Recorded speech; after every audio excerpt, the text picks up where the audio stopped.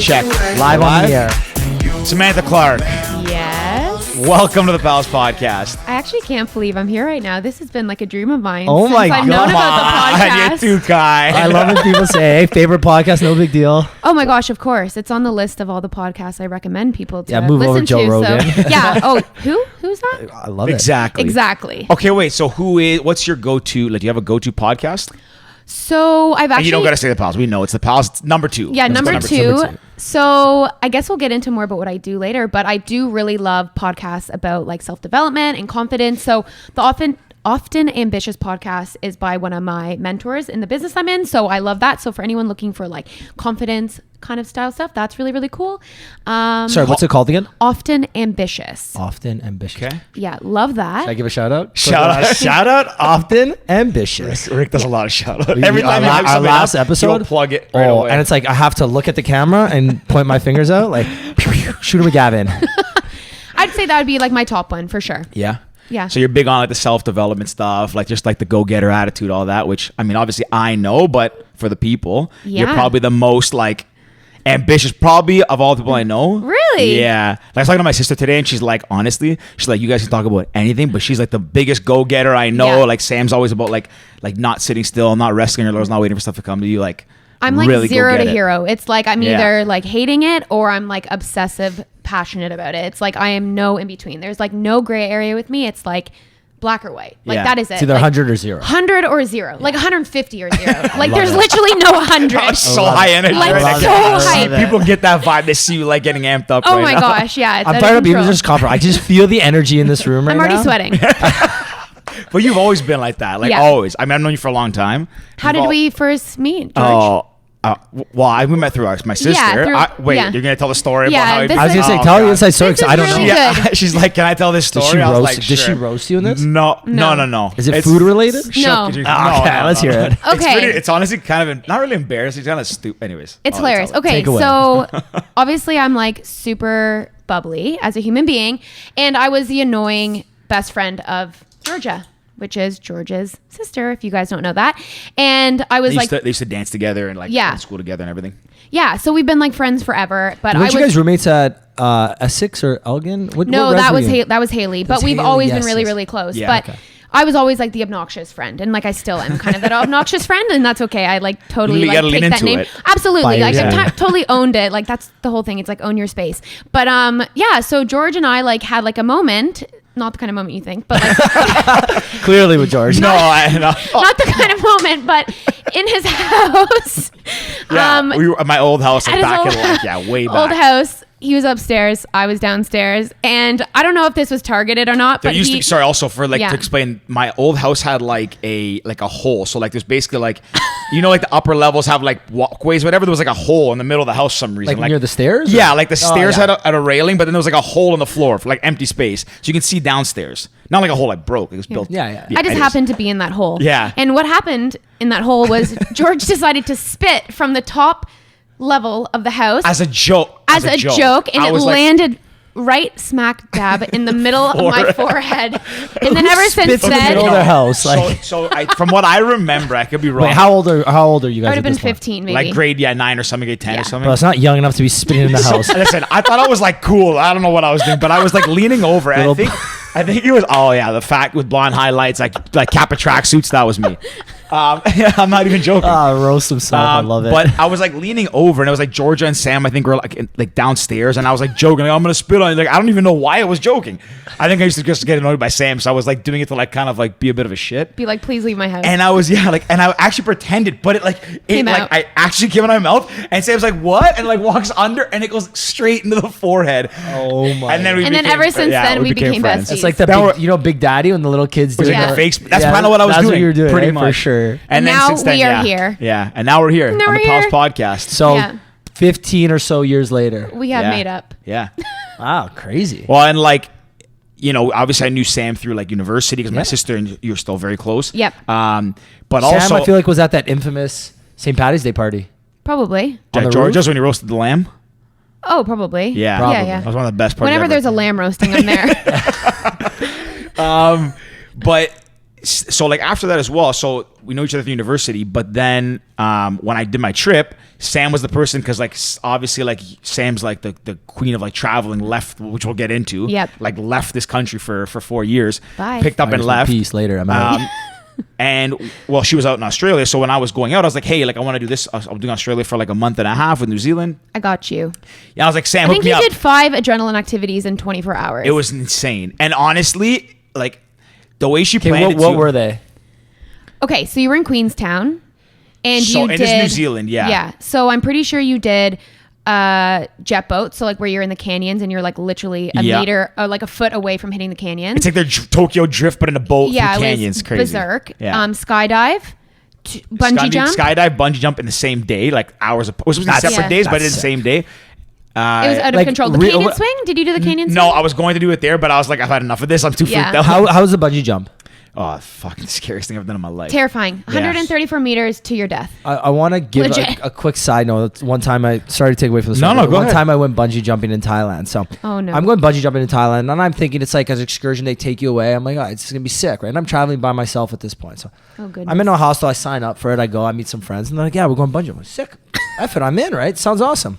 So I'm expecting, to be taken out to a forest off some random bridge. You jump off a bridge, you dip your head into the water, and you kind of pop back up. No. It was a crane in the middle of nowhere with a little pool below it. But out there, I was already paid, so I was like, F it, I guess I got to do it.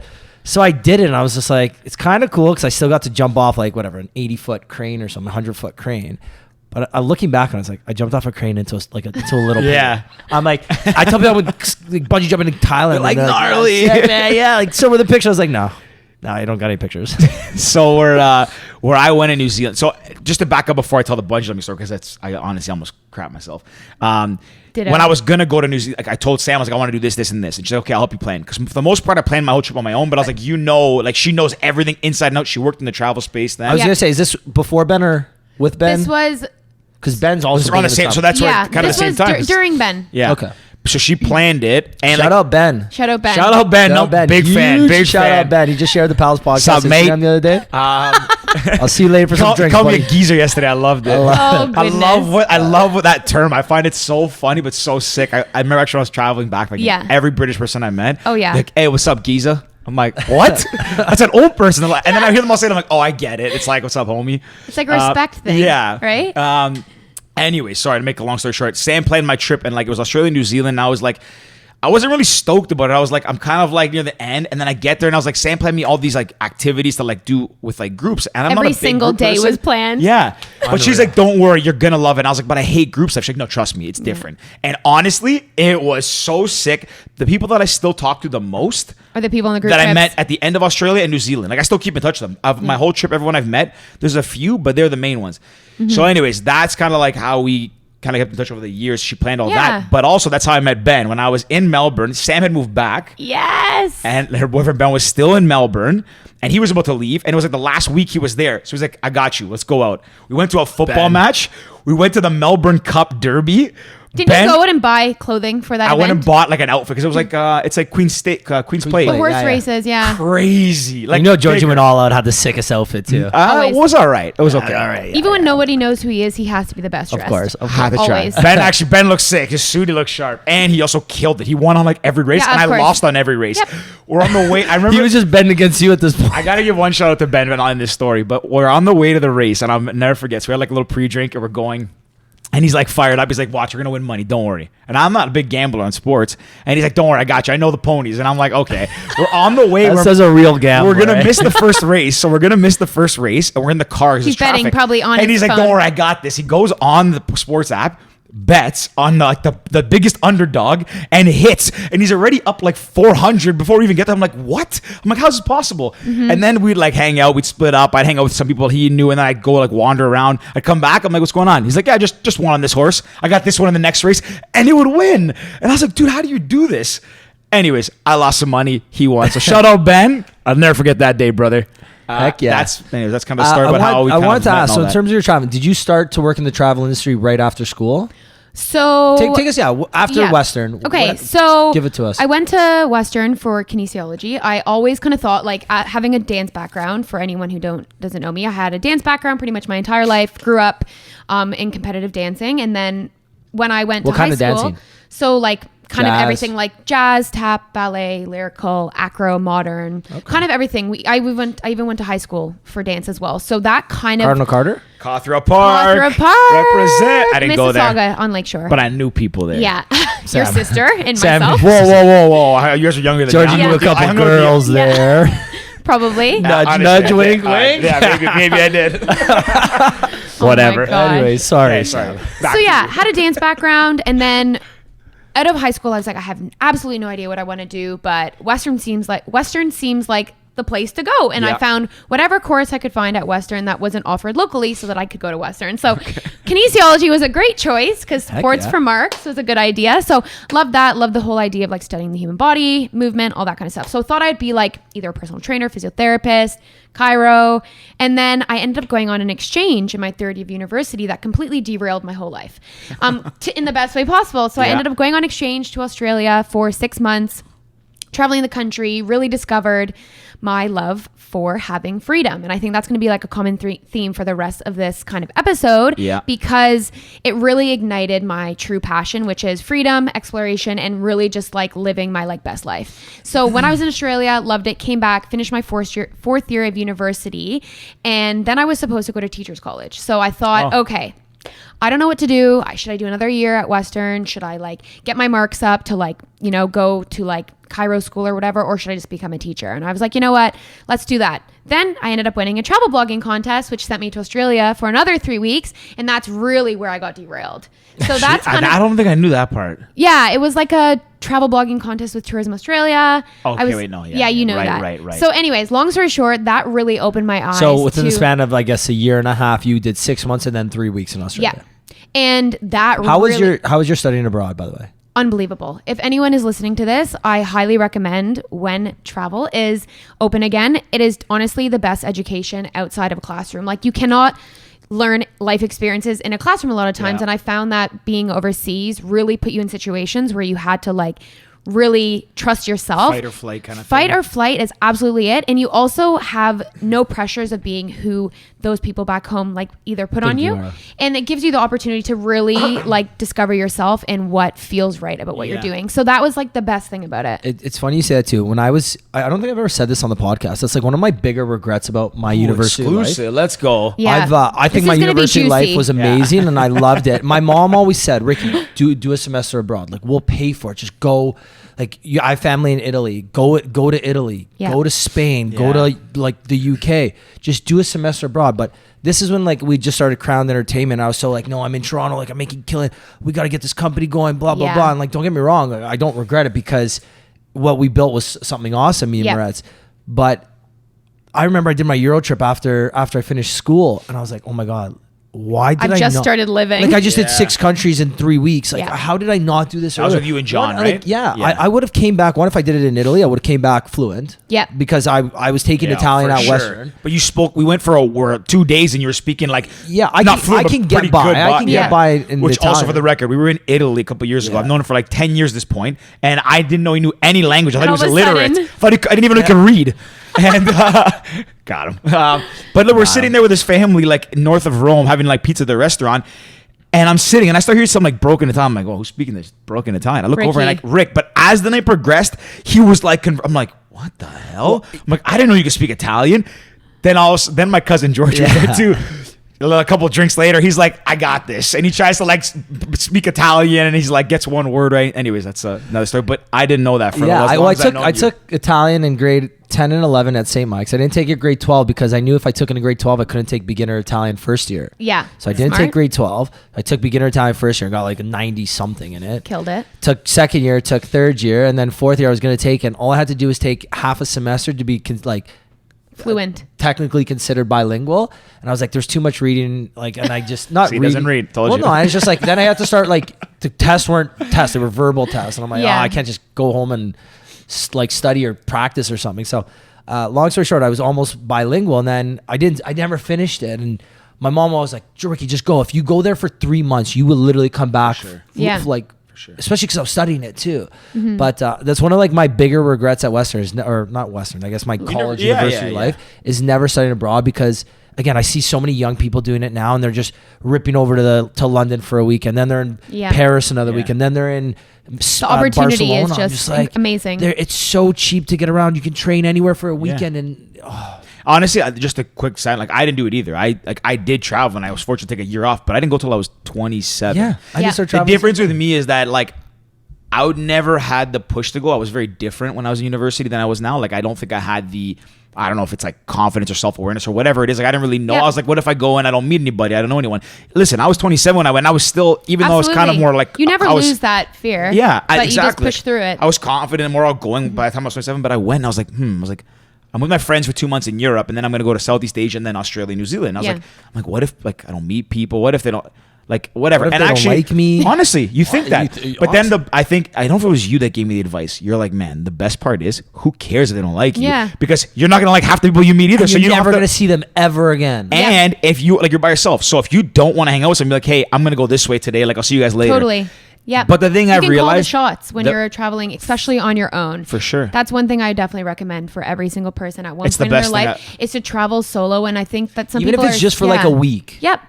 Because then you're not constantly having to negotiate on what you want to do. You cater fully to somebody else. Yeah, 100%. And so when you went to Australia on the exchange, obviously you went for school, but was that kind of like you were alone? Did you know people going there? I moved there was 4 other girls from the kinesiology point.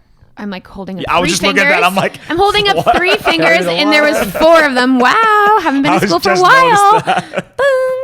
Boom. Yeah, so I went with 4 other girls. We all lived in a house together, and we all were in the same program, taking very similar courses when we were there, which was like super fun. But I do think that kind of stunted my ability to like meet other people, Exploring and stuff. Yeah. So when I went back so I went on exchange, won that trip. Or earned that trip, I guess you could say. And then when I graduated from university, I decided I didn't want to go to teacher's college. I then moved back to Australia, packed up my bags, thought I was going to go for 6 months, and ended up living in Australia for 4 years. So crazy. Fires me. Mom, I'll be back in 6 months. Yeah, later, 4 years. It's not like you're in like Chicago or New York. No. It's like on the other side. Literally like 18-hour flight away. Yeah. You were in Melbourne? So when I first moved back in October of 2013, which seems like a million years ago. It was a long time ago. It was a long time. I was living in Sydney. So I lived in Sydney for 6 months. And then I moved up the coast to Byron Bay for a year, which is like the beach town. No one wore shoes. Everywhere. She lived like a hippie. Total hippie. Except I didn't surf or I didn't do like crazy drugs. So I didn't really fit in. You're just like chilling there. Why? Sorry, is Australia a big drug place? No, it was just like... There's a lot of like weed smokers in that town. Byron Bay and... It's like really like... What's the other one there? Chill, bro. Yeah, and then that wasn't people, like really... People walk around. When I went there, I was like, I no felt out of place. shoes, dreadlocks. Like down the street, they leave like the hostels and walk to town barefoot, like with guitars and sit down on the floor. I'm like, ooh.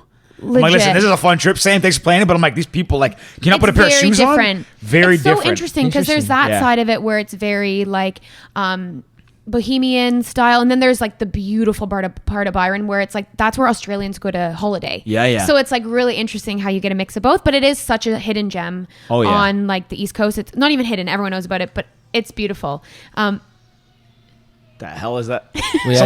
Someone's like got a chainsaw. Yeah, quick cut upstairs. We have a UFO above us. Sorry. That is so weird. Anyway, I don't think it'll pick it up. We're good. So that's Byron hilarious. Bay, and then I moved down to Melbourne, which is where I spent the majority of my time, 2.5 years, and that's kind of where I finished off my time in Australia, working in travel, like backpacker travel, and that's kind of what really got me into the travel space because I was like going to be a physiotherapist, and then I ended up working in backpacker travel, and that kind of like turned some heads. But I mean, hey, isn't that what life is about? 100%. So you gotta follow your passion. When you were doing backpacker traveling, so were you like, I guess, organizing trips? Yep. Okay. So travelers would come into our stores. They were all retail stores, like as if you've heard of like a Flight Center or something in like the city. People would come in, they would let us know how long they had, kind of roughly what their budget was and what they wanted to do, and we would customize itineraries. Every single day we'd book their buses, their accommodation, their tours, everything. No matter what they wanted to do, we would package it together for them. That's huge in I'm guessing from what I recall, huge in Australia and even like Southeast Asia. Like doesn't exist here. Like no. Even when the first time I met Ben, I was staying at the hostel in Melbourne. I forget the company that was, but like they were like under the hostel, and I walked downstairs. United Backpackers. United Backpackers. And then I walk in, he's just like sitting there working. There's people coming in like crazy. I'm like people actually walk in and book trips. And like most here we do it online or like you kind of like figure it out yourself.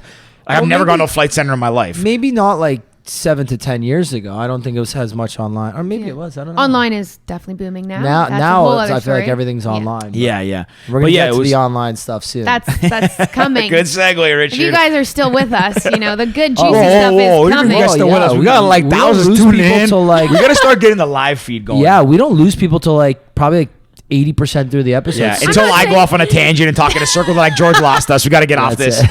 it. No, okay, so I guess Wait, I have a question about Australia. Yeah. Favorite place in Australia? Whether you've lived or just to visit, like your one favorite city in Australia. Melbourne. Yeah? It's one of those things. It's like there's so many places that are incredible to holiday, like Airlie Beach, Whitehaven Beach, the I Whitsunday love the Airlie Islands, Beach, like yeah. like disgustingly beautiful. Like Yeah. they're like the places that you see in a postcard and you don't actually think they exist, but they're better in person than on a photoshopped picture. Like they're incredible. Yeah. I absolutely loved the top end, like up in Darwin area. Kakadu National Park was just like breathtaking. Like Yeah. it was so remote. The gorges were incredible, and there were alligators and crocodiles, not alligators up there, but it's like super cool up there. But honestly, Melbourne was definitely the place that like stole my heart. It was like a really cool city to live, really artsy, historical, Yeah. amazing nightlife, and the coffee was just like bomb. Yeah. So like that's what like drew me in. Sorry, is Australia known for coffee? Yeah. Yeah, they're Definitely. and, like, a lot of Coffee shops and culture is, everything. like, Coffee culture's huge. Yeah. there. That's one Melbourne, yeah. I need I to didn't go. know. So when because that was my second time in Australia, and I've always liked Sydney just because of the way it looks. Yeah. It, like on the water, it looks cool. More flashy. Yeah, the first time I actually went to Melbourne, I hated Melbourne. Yep. But also shout out Melbourne, a lot of Greeks in Melbourne. 1 million Greeks out there. What? Really? Yeah, In biggest, Melbourne? the biggest population of I Greeks should outside of actually know Greece that. is in Melbourne, and then Toronto. Like then What's the Toronto. population of Australia? I don't know. There's Don't a ask me million. these There's a million questions. Greeks in Australia. I think something like that. Never mind. Toronto's probably got like the GTA's probably got like something crazy. George, what's your favorite city in Australia? Hard to say now. Like Airlie Beach, I really liked. Very chill, laid back.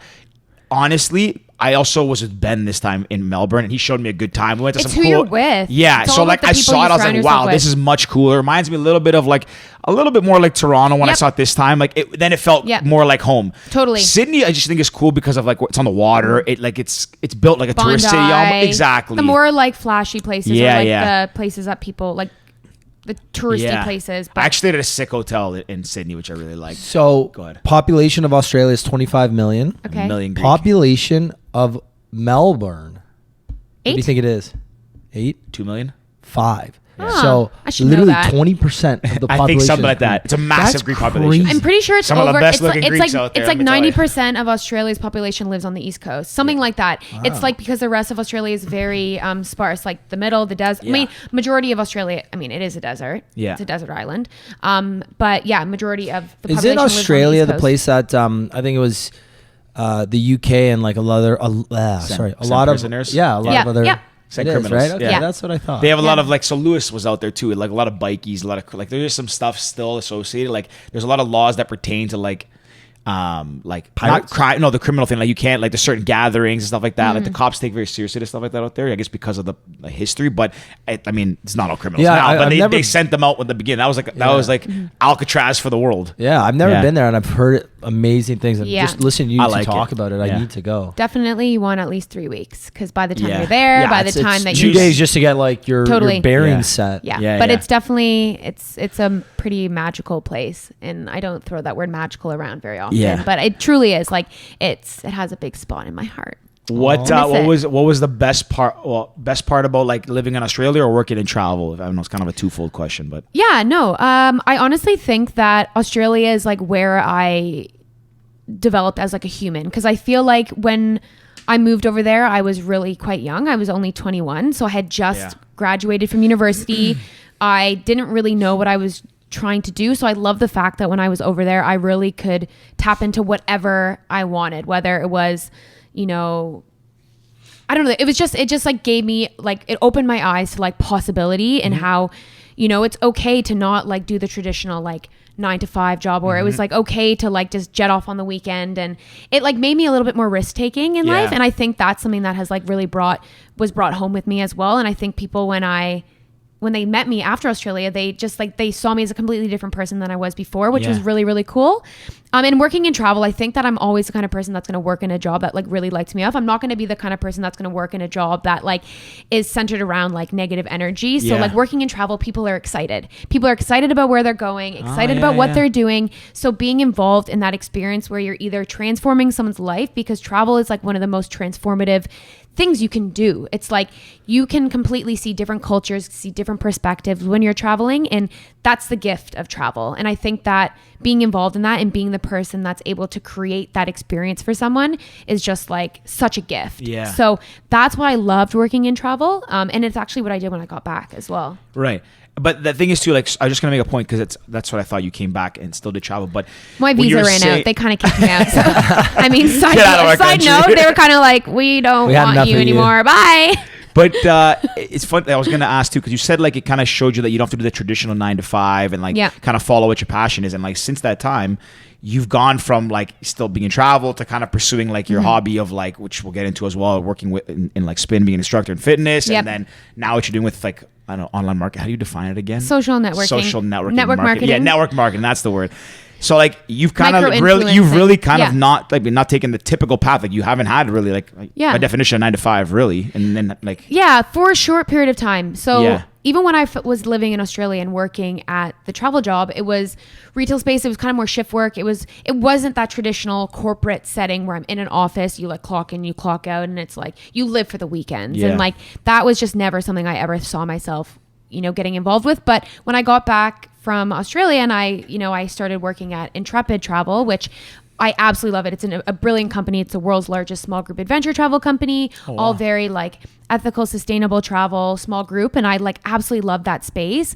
But for me, I felt like in that space, I loved what I was talking about. And my passion for travel was very strong, but I had reached like the ceiling. Like for me, I had reached like my potential ceiling of where I was going to go in that space. And what made me really like leave that space was realizing that I was either going to have to, like, living in Toronto is expensive. Like, Yeah. I don't think that's like a shock to anyone here, but like living in Toronto is expensive, and I was just getting by working in travel. And travel, generally people work in travel because one, the perks, or two, because of what they're doing. They love talking about travel and they love selling it, but it's not going to get me ahead. And not like I care that much about, owning massive things and stuff. Like I'm not a materialistic person, but it was just like my life was contained between a 9 to 5 setting, and that I just felt my potential was capped, and that I was like trying to bust out of that. So Well, I was gonna ask, what was the moment? Was there a moment you realized that and you're like, I need to make a change?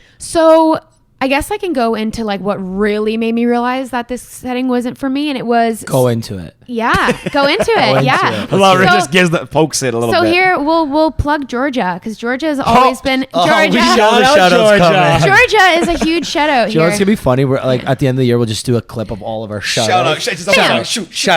Shout out. Yeah, it's going to be out of control. Shout out Georgia, though. It's the So, best. moved back from Australia October of 2017. I'm living at Georgia's condo with her and her husband in her, spare bedroom. think I remember this, yeah. It was 2 weeks. Yeah. Me, Mark, and Georgia. It was a great time. And Beyonce, of course. Shout out Beyonce. Shout out Beyonce. I miss you every day, Beyonce. We'll tell that story one day. You guys don't know about, nobody about this podcast knows about Beyonce. My first real love. Cry every time. Oh my goodness. I'll tell you, we should tell the story about it. Anyways, we won't go into that after. I was gonna say a sneak peek. I slept with her. Yeah. You guys Georgia's don't know about first Beyonce. love. Beyonce. Yeah. Cry every time. We'll Oh tease it my a little bit. God. Sorry. You were staying with Georgia, So Mark, and Beyonce. I was staying with Georgia and Beyonce and Mark, of course. And Shout out Mark. Shout out Mark. You won't listen, but shout out Mark. And Georgia was telling me about this new like app, like not app. She was like, it's ClassPass. Like, have you heard of ClassPass? Like, we should do a spin class together. And I was like, I hate spin. Like You when can I swear on this if you want to, but fucking hate spin. Like I Really? actually, I know, plot twist. Yeah. This is Okay. crazy. curveball coming soon. Yeah, real big curveball. Poking the bear. I know. Really, I know. Shocking Yeah. for anyone listening. I hated spin because what I thought of spin was I thought of, just like spin in like a community center where you were just like staring at like a road and you were just like cycling with no music. No, I didn't feel that community. I didn't feel that like energy of the space. And for me, anything like I always say, I'm going to like offend people here. It's like, I don't like playing golf because I don't sweat. And I'm like, I need Yeah. to exercise somewhere where I can sweat. Yeah. So like for me, exercise is sweating. And I didn't really feel like spin. I know you're like upset about the fact I just No, said I don't mind. didn't. I get a workout. I walk the golf course. Do you? You know how many calories I burn when I play golf? Like 1,800. Okay, yeah. So for me, it Playing was like golf I wrong, needed that's something that really like boosted my energy, and for me, spin never did that. But Yeah. Georgia was like, okay, Sam, trust me. Let's go to this studio on Queen Street. It's amazing. It's called Six Cycle. It's like kind of just opened up. It's only a few months old, and it's so much fun. It's like a dance party in a spin studio, and I was like, fine. So I use my Fine, 6 whatever, credits. I'll go. I'm like, fine, whatever. And then Georgia's like, we're gonna go to this hip hop class on Sunday morning, and I'm like, okay. I gotta wake up at 8 a.m. to I have go to ride a bike in a room. Honestly, I was like, okay, we'll see how long this lasts. Anyways, so we get to the studio and I get on my bike. I'm like trying to figure out how to like clip my feet in. No, man. Something's stuck in my throat. I got something stuck in my throat now too. No, too soon. Yeah, so I'm like trying to figure out how to like clip in because now I'm wearing these like shoes that have clips that like clip into the bike, and I'm like, oh my goodness, what is happening here? And then Georgia's sitting beside me, and she's like waiting for the lights to go down. All of a sudden, the lights go down, the music goes on, and the instructor on the bike, Julie, who is the owner, who's amazing, who's like one of my greatest mentors in life. Shout out to Julie. All of a sudden, starts yelling on the mic, and 50 minutes later, my life has completely changed. And if you've ever been to a spin class, you know the magic and the energy of what happens in one of these high energy rhythm riding classes. You're riding on the beat. I wasn't riding on the beat at that point, but you're riding on the beat. You feel that energy. There's no judgment about what you're doing. Everyone's doing their own thing. And it's all about really like empowering and lifting you up. It's not even really about the exercise. It's all about mental clarity and really The energy of the room. So that was really like, as soon as I left that, I was like, wow, there's like something out there for me that kind of felt like dance, but you know, kind of felt like a team energy. You but can channel your positivity, your high Absolutely. energy, and like share that with people. Yeah, because so- you have a ball of energy at all times. Oh, I yeah. don't ever see you in a bad mood or Totally. like bad energy or anything. Like, you're Never. always like ready, just like to go. Good Absolutely. vibes only. Totally. GVO. GVO, baby. Oh my God. That's one of Rick's old slogans. GVO. Good Old vibes slogans. only. Current. It was a couple years ago. Yeah, Currently. it's still current. Though. It's still relevant. Still relevant. Gets thrown in every once in a while. So yeah, I kept riding there, and then I really started realizing that I was like, you know, getting the hang of it. I was staying on beat. I was loving the instructors. I loved the vibe, and I thought I should audition, but I was shit scared because 1, I had never taught spin before. 2, it's like you're up for so much judgment. It's like you were finally, if you were a spin instructor, you were putting yourself up on a podium, literally on a podium, ready for taking judgment from other people, because someone's not going to like how you talk. Someone's not going to like how you look. Someone's not going to like your music taste. Someone's not going to like your sports bra. Someone's going to like notice one thing that you say that they aren't a fan of. And you literally are up on a podium ready to accept judgment. But it really was one thing that at that point I started realizing that I don't actually care. And that was something that, you know, good point there. But it was like something that I really grew through, because it wasn't like overnight that I didn't care. And I think that in any journey of yours, it's like confidence grows like a muscle. It's like you're not going to all of a sudden wake up one day. I like that. Sorry. Confidence grows like a muscle. You have That to is work really on good. it. I've never heard that. That's great. Yeah. What time is it No, now? I already got mine. 24-minute mark. You said Okay. something about like how did Australia change your life, and I was gonna say that before. We You always said- get the clip. Ricky always makes a note of like Does that a good, go in the a show good notes? clip. No, Yeah. it goes on like the social media like feed. You were It's saying it's literally as soon as you that's good, started though. Confidence saying like it, a muscle. As soon as you started saying it, I literally pulled up my phone. I'm like 24-minute mark. I got that. Oh, that's what you were like. Yeah, I was That's what I was Yeah. typing. So what's the guy typing over here? Yeah, that's what I was typing. But Like, that is a good. That is very Yeah. because just like a side note too. I remember and shout out to Georgia because she'll remember this and she'll Georgia. next time she can tell that story. That just on that note about like practicing, getting rid of that fear and all that stuff. Funny enough, and most people won't believe it, is I used to be terrified of public speaking. Really? Still kind of am, but like. But I you cannot. worked through If I it. stand in a room of 4 people I don't know, I'm like a mute. 4 people I know, I'll talk forever. Yes, we So know that. I took speech class in university in second So year, did I. and I had to go up and give a speech. Wow. And I remember that at one of the speeches I had to record, and I wasn't even in a room with people. I was by myself, and I had to stand up. And it was the second speech, the second class. So I wasn't even in front of people, but mentally I could picture them there watching me after. You know how many takes I had to do? And it was recorded. I could have done Yeah. it one take, no problem. Yeah. But I like 20 something takes, and I would show her the bloopers of it, and it was so embarrassing, so bad. But you as work time on went it. on, like the next day I still spoke fast. Then I started to okay, slow down, take breaths. And like you work on it. Now if I walk in front of a room, I can I'll recite any speech. But you didn't wake No. up one night and just become amazing at it. And I think people Yeah. sometimes Still not good at relate it. your day. What?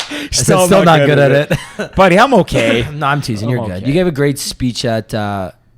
Well, you did two. You did both your brothers and your sisters. I think you gave a speech at. I think your sisters was I was like crying. My brother's speech, we did a rhyme. Your sisters. My was sister's a was off tearjerker. the cuff too. That was a tearjerker. And I had it written down. So on that side on Jordan's Yeah. wedding, I had one written down. Then I was gonna read. Now, like I would like first time I wrote it, I started crying. I was already. I'm crying like, the shit. entire wedding. Do you know? But then I was a little Sobbing. Tearjerker. I was a little. That was the best wedding ever.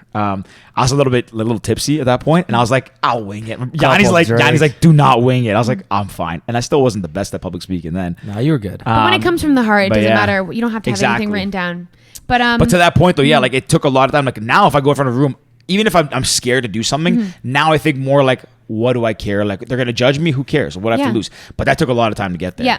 It doesn't happen overnight for no, anything. It absolutely doesn't. And I think a lot of people compare their day 1 to your day 100, and that's like the worst thing that you can do. Comparison is like the thief of joy. It's like if you Another good one, Sam, man. you're on Sam. fire. It's- Comparison is the thief of I joy. think I've heard wow. that recently, But but I it's- liked. Yeah. it's so unbelievably wow, true. Those are good, man. Yeah. Rick's gonna steal these when he Yeah. has quotes, and he's gonna misquote them. They're gonna be He's on his comparison Instagram is the thief of caption. happiness. Rick butchers No, every I love 'em. But Those are that, bo- sorry, that's we keep another cutting you off. good That's a one. great point. But yeah, and I think that when I decided that I wanted to teach spin, I knew that it was so much more than just about me. I wanted to give back to other people, and if I was constantly worried about judgment for myself, I wasn't able to give back because like it's so true that if you're constantly living for the validation of other, you're not living your own life. Yeah. And that is something that spin has taught me. And once again, it did not happen overnight. My training took like 6 months. I was training for so long because throughout my training, I got the technicals right away. I was able to stay on beat. I was able to get the moves. My music was great. But for me, it was my like boss and my like instructor said I sounded like Siri because I was so in my own head Yeah. about what I was doing. So as soon as I like released the expectation of perfection, which I think a lot of people deal with the whole idea that they want to be perfect or they want to show up perfectly online or they want to be perfect around their family and friends. It's like, no one is perfect. And at the end of the day, as soon as I released that expectation of myself to be perfect or speak out of line, that's when my true like personality came Yeah. out. And now that's who people know me as that imperfect person, but I'm relatable. Yeah. And, it really like completely changed the game, and like the wacky Clarke came out, and that's just who I've kind of stayed like. And that's just spin has really like opened up the can of worms as to like what the rest of my life looks like. And Six Cycle definitely has been like a huge part in like forming who I am. And how sure. to just be like yourself and unapologetically Oh my God. yourself and not think like, again, like not care what other people think. And now whether you do like, I mean, it seems like I noticed it more, which we'll even get to after. Like you started doing a lot of stuff on social media Yeah. too, and it's like you can see that You're up for even so though much judgment there. no, but that's the thing too is like even though that's not the same as doing spin, like spin, you're in a room confined to people. Social media, it's like the public, the masses Yeah. can see it, so it's a much larger audience. But you can tell that like the skills you learn there still resonate because like you know what like. If they judge me, they judge me. If they don't, they don't. So like you didn't really have to learn from square one there, but you Yeah. still took that same thing. It's like I'm me. I'm gonna do what I do, and, Yeah. and you know if people don't like it, it is what it is. But I'm gonna do like I'm just gonna follow the things that I've learned and kind of follow that path. Absolutely. And I think that for me, when I first started teaching, one thing that I was recommended was don't read reviews, because when you're new, when you put yourself on that platform for judgment, you read one review that may not be someone being like, I don't like country Someone's music. just a dick. Yeah. Someone is just like having a bad day, or they like don't like country music. Cause like I'll play like a country song here and there, or like, it's not even about you. Cause like when someone passes judgment, a lot of times it's a reflection of themselves. It's not actually of you. So like a lot of times, Sam, you're spitting facts right now. Yeah. but People it's project so onto many. them. yeah, people project their own either insecurities or uncertainties onto yourself, and it's never about you. So Yeah. if you are receiving judgment from anything, the person that's probably giving it to you is probably having their own other issues, or they're dealing with something themselves. So don't ever take it personally. And for me, when I first started teaching, I really tried not to read reviews, and that really helped because it made me break into who I wanted to be as an instructor without other people's feedback when I was a little bit more skewing what you're going to do more and vulnerable change. at the beginning. Yeah. And now Yeah. it's like, you can literally tell me anything and I'll be like, don't care. Yeah. Because I just don't. At the end of the day, like I go to bed with my own thoughts, and that's the person who I want to be. Like That's the quote she said to me on the phone yesterday. I was Yeah. like, I'm like, it's like that's you go to bed with your own she took it on your thoughts. heartstrings, eh? Man, I say this. I've said this numerous times. I said that to you yesterday. Yeah, I was you like, as did. soon as that comes out of your Man, mouth, I'm like, Rick's It's gonna. so true. Shout out to me. I was just gonna. Pew pew. Fingers. Finger guns. You know, one thing I wanted to say. You made Yeah. a point before about like life. The beauty of life is like not being perfect, and it's actually Yeah. really funny. This is the one quote I said in my sister's speech. I don't even know how I thought it because it was off the Yeah. cuff. And the one thing I said that to this day has stuck with me is that because I believe it, but just the way it came out, I felt like I Yeah. articulated it well. And I was like, everything is perfect. Some things went like, little thing here went wrong, so Georgia thinks like the world's gonna end, and I'm like, No. no one would notice it. Yeah. And I said to her, I'm like I think I remember saying something like, you're beautiful, the wedding is beautiful, Yeah. but I was like, the imperfections are what make life perfect. Totally. Because at the end of the day, like, Yeah. nothing can be perfect. No. It's unattainable, unfeasible. Yes. Striving for perfection, like, okay, you can strive for greatness if you want to use that You term, should but you strive can't for strive progress, not perfection. exactly. Isn't it perfection is the enemy of progress or something like yeah. that? Yeah. Probably something like that. But the thing is too that people fail to realize at times, like, it's the imperfections that make things unique, make you make an object yours. Like, Yeah. like if you're a painter and you paint something, like the Mona Lisa is probably not perfect. There's something probably wrong with it. Yeah. that Is now- Da Vinci painted the Mona Lisa, right? Like, he's like, oh, that's an error, but he knows it and it makes it his. Like, Yeah. you know what I mean? So Totally. that's what I always believe my whole life. You Like, got to own your imperfections Yeah. because that's what people love about you. and if people everyone want you to looked be the same. perfect and Yeah. conform, like, honestly, you need to move on and find different energy because you don't need that Absolutely. negativity in your life. No, Like, but it's also the way you perceive it too, right? Like, there's always going to be criticism. There's always going to be hate. There's always going to be negativity. And don't get me wrong, there's positive criticism. And Yeah. I'm a strong believer that, listening to positive criticism can make you better. And like, Totally. there's sometimes where hate is just hate. But Yeah. actually, one guy I work with, shout out Franco, because he listens to the podcast too, and his son does as well. So Shout out Franco. he was telling me, excuse me, COVID. So he was telling me that it's just about the way you look at things. So his example was perspective. Yeah, he was talking. He's a cyclist, big cyclist, and I just started cycling as well. There you go. What a So, guy. Yeah. What a guy. Yeah. So he was listening to this famous cyclist on a podcast. He was saying every cyclist thinks that, motorists are assholes because you're cycling and you get that one guy that gives you the finger and honks the horn at get off the road, right? And that's what you But think about everyone. 99 out of 100 cars are going to give you that extra space, Totally. or they're going to wait behind you. No one's going to honk at you because they know you're getting some exercise, you're working, and you're just trying to get out there and be active. But there's always that one guy. And it ruins it. And he was saying, he's like, some nights he would get home from his bike ride and be so pissed off. Like, oh, that guy gave me the finger. What the F, blah, blah, blah. And then his wife or someone was saying that you got to remember, there were so many other people that gave you space, that didn't honk, gave you thumbs up and like cheered you on. But when you think about that one person, You anchor to the negativity. yeah, Yeah. it can bring you down. Again, remember, that's one person out of how many that were Supporting you. Yeah, and so it's crazy when you think about Yeah. it. So, But a lot of people do that too. Like, a yeah, lot of you people think to the about, you point- Focus worry about on the Yeah. anger and the negativity, and it's like, why? Like, at the end of the day, there's that Flip the coin. yeah, Look at there's all that the people that saying are. about smiling versus frowning. Smiling takes less muscles. or Than whatever, frowning. right? I think It's I had a true. T-shirt that said that in high I school. I feel like you That would. way. I Totally. feel like you would. But Smiling is like the best medicine or something. Got it from like Aerie or something. one thing about smiling people tell me is like whenever you're about to pick up the phone, if you're in a bad mood, if you're Smile. like, just smile before you answer the phone. Not only does it help, but typically it's weird when someone's happy on the other line of the You phone. sound- You yeah. can tell. You can always tell when Yeah. someone's in a good mood, right? Yeah. I forget what I was going to say at that point. Oh, yeah, like to the point of perspective and all that stuff. I actually had this conversation with you recently because one thing that I used to get a lot of, I used to, not road rage, but I would just get like angry and I would like, Yeah. try to command the road, which I like say to you sometimes you like take things personally. Like I'll be on the phone with Rick and actually you're like honking and I'm like, man, like I was in the car the other day. I was like, why do you honk? What do you get mad for? He's like, this person needs to like It's a learn. I knee-jerk was like, reaction. yeah, and I used to be that way until I drove a smart car and I realized that I couldn't bully anybody in the road. But to that point, you realize over time that like doesn't matter what it is in life. Like if you do something, at the end of the day, you're gonna remember the negative because you go about your day and it's like it's a line, right? And all the stuff you expect to happen is all the good stuff or the normal routine stuff that you take for granted. Yeah. It's the negative that rubs you the wrong way. That's like I can't believe that guy, and it dwells on you. You can't dwell on those things. You can't change No. them. Let people do it. Like you have to. Honestly, you have to have very short term memory of those things. Absolutely. And it is about framing, right? It's about looking at it like, oh, that person was in a bad mood. Well, like nothing I can do. I'm in a Yeah. good mood. These things Yep. are all working out for me, and just kind of move forward. So, anyway, just to carry on that point. Yeah. Yeah. No, that was. Going back to Six Cycle and spinning. So your first class you taught. Yep. You got up on the podium. Yep. What was it like? Trying Were to- you super nervous? I was there. Were you confident? Oh yeah, you were. Yeah, we were there. Yeah. So My mom and my sister were there too. yeah. So it was. Oh gosh, it would have been April 2019, I think. So yeah, So over just a year over a ago. year ago, yeah. Yeah. And Not just over, sorry. it was a room full of my like favorite people, minus you, of course. Like you should have been there. I don't know why you weren't there.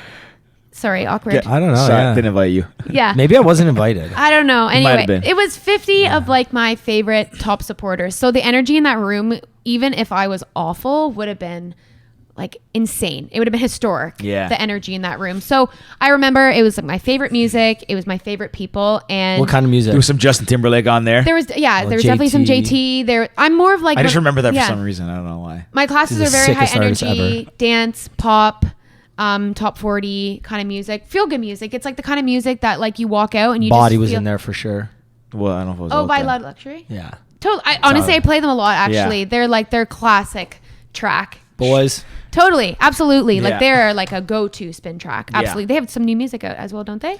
That's not new anymore, but yeah. I mean, for me, Sure. it's like I haven't been they got a making new. playlists They for have a while. they have a new track coming out in August. I don't There know. you go, perfect plug. Yeah, I don't know if we're allowed to say too much more. We'll ask Adrian, but Keep it on Okay. the low. Keep it on the But low. yeah. we're definitely You're gonna gonna get hear it here first. Yeah, Sneak preview. Adrian, we're gonna need that little sneak peek so we can post it. Live exclusive coming up. Oh my gosh. Sorry, continue. But yeah, it was really high energy. It was really exciting. And honestly, I feel like as soon as I accomplished that with the support of everyone in my room, I knew that I'd be able to tackle anything. And it was just, it just like reminded me why I do what I do, because Yeah. like the smiles, the energy, the like happiness, the hugs, like are hugs ever going to be a thing again with COVID? Honestly, who knows? But who knows? Yeah, But like the hugs were like amazing. Even And like high fives. Like, Yeah, I I had know. chicks. I had like a meeting. I have meetings at work. I was like, Yeah, okay, I see had ya, and I someone just like that- walk out. Yeah. I had someone give me a foot bump the other day. amazing. That's the new thing. So weird. I was like, hey, teach it on if that's what they're doing. Kid elbows. But yeah, that was I still it was, remember that. Yeah, it was unbelievable. You were there, which was awesome, and it's definitely one of the highlights of my week, each and every week. And for me, spin and fitness has never been a job; it's always been a hobby of mine. So I was doing my like 9-to-5 job at the travel space, and then I was working teaching spin. But then yeah, like I guess I can just transition to what I'm doing now Yeah. because I found that I love it. The self segue. The self Love it. segue. Here's me. yeah, well, I think it away. that I think my journey has been a little bit unconventional, and I think that I've turned You a few think? heads. Yeah, 6 month the The 6 story- months to 4 years trip in Australia. Yeah, I know, back right? again for 3 months. No, that Yeah. was before. And that was before. beginning. Yeah. Literally, it's like, what's Sam gonna do next? It's like Surprise! surprise. Mom, Dad, I'm home again. Yeah, totally. They're probably like they can't keep track. No, of you me. can't stay. Go to Georgia's. Yeah. Oh my gosh. But yeah, so I realized that I was really, really loving teaching spin, and I found that I was really connecting with people in that space that were entrepreneurs or people that own their time, because being in an environment like that, especially in Queen West, you have a lot of creatives, you have a lot of people who either own their own businesses, and I was kind of like, how are people like taking spin classes at like 11 o'clock on a Tuesday when I'm like back at my job? And I was like, what do I need to do to be able to spin at 11 o'clock on a Tuesday? And it was like a pipe dream of mine. And like, I think that it seems like such a simple thing, but it was something that I craved. I was like, I want to have this freedom. So I realized I could not teach spin full time. Like, it's so hard on your body. I never wanted spin, and I don't want spin to ever become a job. It's for me, it's a release. It's a passion project. yeah. It's a passion project, and it's something that I know that I always want to go feeling my absolute best and give my absolute everything and never feel like it's a chore. And to this day, it's always been that passion. But for me, I was doing the 9-to-5. I didn't really know how to get out of it. And then about a few months later, I started noticing this trend online. So as everyone knows, the world is going online. You know, a lot of retail stores, even before COVID, were closing down, like massive stores like Forever 21. That's the one I was just thinking about. You know, Forever 21 was closing down a store that massive stores Even and malls. some of these like massive, like if you think about some of the biggest brands right now and this might be a bad example, but for women, like I feel like Fashion Nova Totally. is one of the biggest brands, and if I'm not mistaken, they're an online brand. Yeah. Yeah. Zoffel. Zoffel, that's yeah, another you see huge those. one. Which one? Zoffel, some one of those Instagram ones. Yeah. Well, that's how I know it. But it's like they're all online and it's all done through online marketing, and there's like no print. I mean, I don't think there's like any print marketing, but it was just, I was noticing this trend, and I was seeing people just like me from my high school or from my circle all of a sudden like becoming these online presence, whether they were business coaches or they were being influencers. And I was noticing that they weren't any different than me. I was like, okay, so you're using your social media, you're making money, and you're doing it from anywhere. I was like, okay, what's the catch here? Like I'm off to Australia later. Yeah, totally. I was just like, this just seems too good to be true. But because I stuck in that it's too good to be true mentality for so long, it took me so long to actually start, because I was constantly doubting the fact that I'd be able to do it as well. So eventually what happened was I ended up following a few girls that are actually I work in network marketing. I'm like in social marketing. I'm a beauty influencer for like the fastest growing hair and skincare, luxury skincare company in the world. It's called Modern Nature, Monet, plug. Shout out Monet. Yeah. Fastest growing luxury hair and Jeez. hair. Yeah. Vegan. How long have they been around? They've been around for 5 years. Okay, pretty recent. You can say We've been around for 5 years. We're on track to being $1 billion business in 5 years, which is absolutely insane. You can even ask Siri about us being the fastest growing company. Shut up. Yeah, Siri. I know it's crazy. I don't have Siri on. Yeah. Both of Do you. it. Do You it. can Google Yeah. fastest growing hair care company in the world. How do you? It'll come up. Hey, Siri. Hey Hey Siri, what's the fastest growing skin and hair care company in the world? Let me see. I want to see what it shows up as.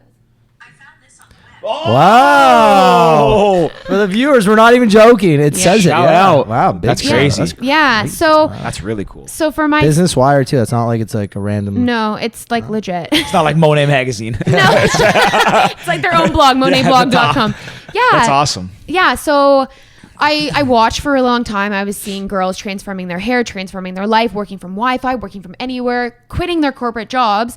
And I was just like, okay, like what is going on here? So I eventually reached out to a girl and said, like, what are you doing here? Like, how are you monetizing off your social media? And at the end of the day, she only had like 3,000 followers. So she wasn't this like macro influencer that, are making these big checks from like companies that are sponsoring her. If she was making money just from, promoting a product that she was loving. So I asked a little bit more, and essentially that is all that it was. It was the business of social selling. And I think that one thing that a lot of people don't realize is that we are socially sold too, and we socially sell every single day. Mm-hmm. So social selling would be me saying, George, like what drink is that?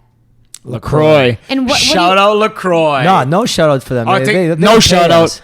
Give us money. They don't pay us. They don't even give us free stuff. Okay. So. Oh, you know what? Yeah. Hey, what is this product here? Funny you should ask. Yeah. What is it? Universal creatine, fantastic product. Okay. You should maybe not creatine, but the protein. Why do definitely you like it?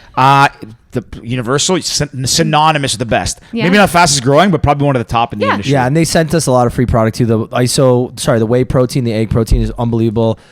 True, socially sold. Give us free stuff.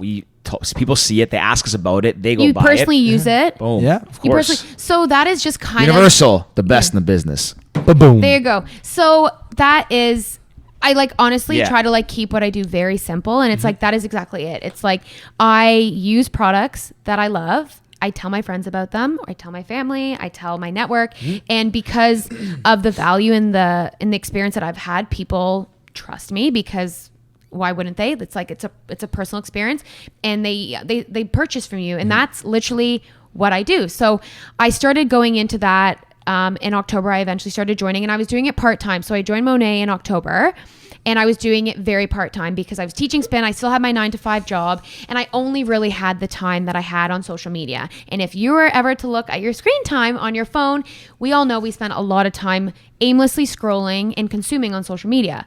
So for me, I was like, okay, if the only thing that I can do in order to like make a little bit of extra money and, maybe start looking at transforming my life was on my time on social media, I have a couple hours of my day that I can use. So for me, it was a very quick decision to start. For me, I was terrified. I obviously had heard all the things about like, who is she to be that girl? I didn't want to be that girl that was like promoting things on social media, being pushy. And that was just like one thing that held me back for so long because I was afraid of appearing differently on social media than what my family and friends or my network knew about me. But once again, it was one of those things that I was like, if nothing changes, nothing changes. And I wasn't happy in the position that I was at my 9-to-5 job. So I was like, You weren't able to go spinning at 11 o'clock. I wasn't able to go spinning at 11 o'clock. And I knew that there was a better way.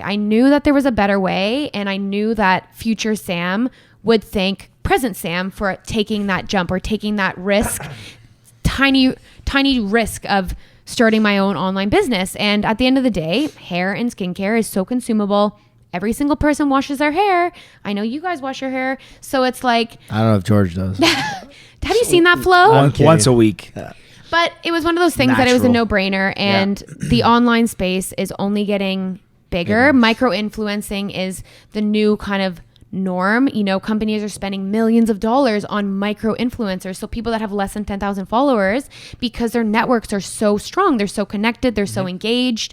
And at the end of the day, that's kind of where things are moving. So whether you have 5 followers or you have 5,000 followers, you have an influence. And that's really what people are now investing their money into people that they trust. And that's all I do. So I'm in social selling, and it's been crazy, and now it's my full-time job. And it's been, and now I was gonna say now you can spin at 11, but and now, yes, well, soon, and yeah, but even today, like, it's a Friday. I woke up at like 9.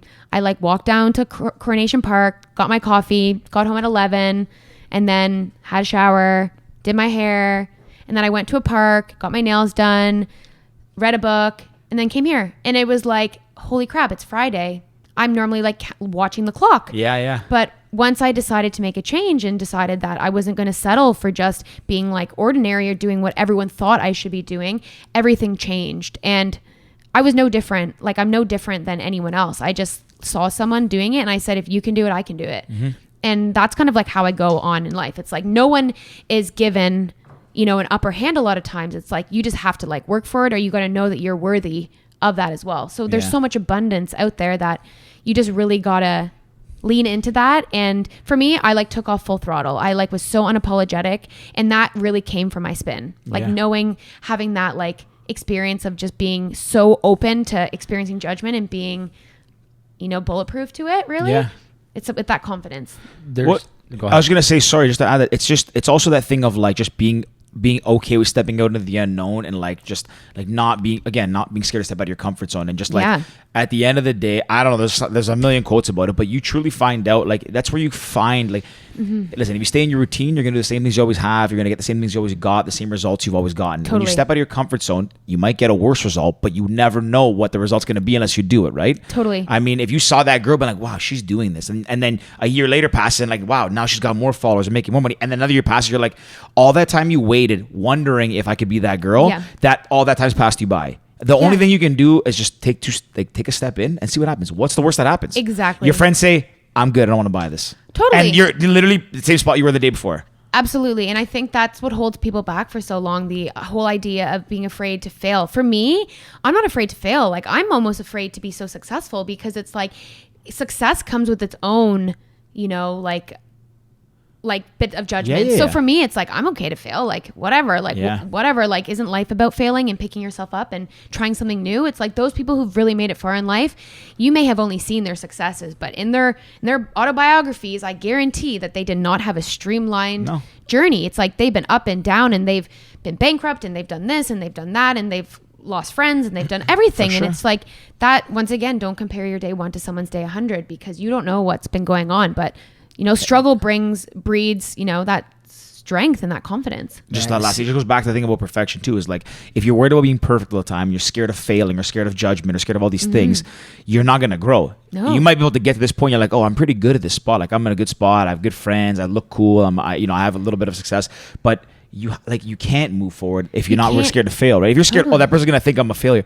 Like, do you understand how much, we've talked about this before, how much you learn from your losses and your failures? Totally. Sorry, I keep cutting you off and you want to say something. No, go ahead. No, that's what I was going to say. Like, you have to not be scared to fail. Know what... there's people say that you should be chasing no's and chasing rejection, because the more you get, the closer you are to the yes, or the sale, or whatever, all that stuff. So 150%. yeah, like people... It's crazy to me. I mean, listen, at the end of the day, all of us sitting here, we're saying this like it from the comfort of this place. I'm still terrified of rejection. I'm still terrified of like getting heard no, because you know when you care about what you do and you're passionate or you enjoy something, you're still like you still don't want to hear someone say no. You want to get that yes. But at the end of the day, you take it like it's like a shot of vinegar. It sucks, but you move forward and you're just getting closer to that next. But you guys, even with this, it's like you guys probably started this thinking, oh gosh, what is everyone going to think about this? Or like, is it going to take off? Like, how was it like when you guys first decided to do this? Was there any of those thoughts? Before we answer that, I just want to say, Sam, you were spitting some like great facts and knowledge. Did you write it down? I wrote down another 55-minute mark I wrote down. So then I usually add 2 minutes for the intro. But honestly, you were just sitting there, I was like, I'm thinking you are 100% bang on.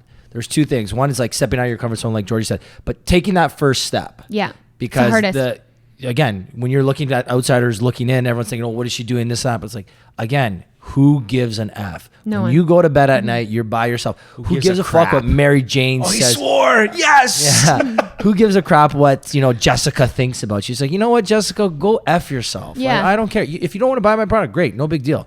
They're not paying your rent, are they? Yeah. No, they're not. They are absolutely not. They're not with you grinding. They're not with you hustling.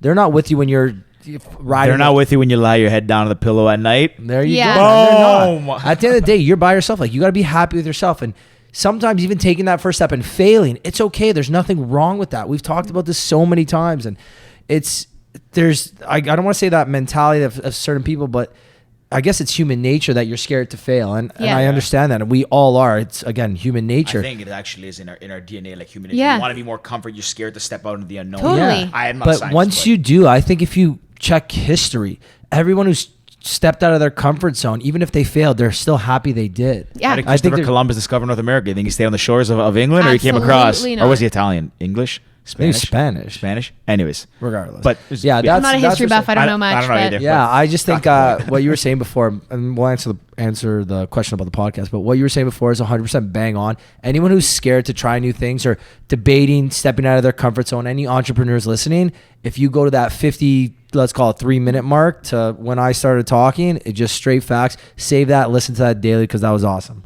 I agree. Awesome. And then I agree. back to the podcast question. Yeah, when we started this, we were kind of like, we have no idea. It's easy to say, oh, you enjoy talking, you talk a lot. Yeah, doing a podcast makes sense, because talking amongst your friends is a lot different than talking on a podcast, which is recorded and put out for everybody to hear. And Millions of people. That we're not at the millions yet, but A couple 100,000. yeah, we're getting there. We're getting there.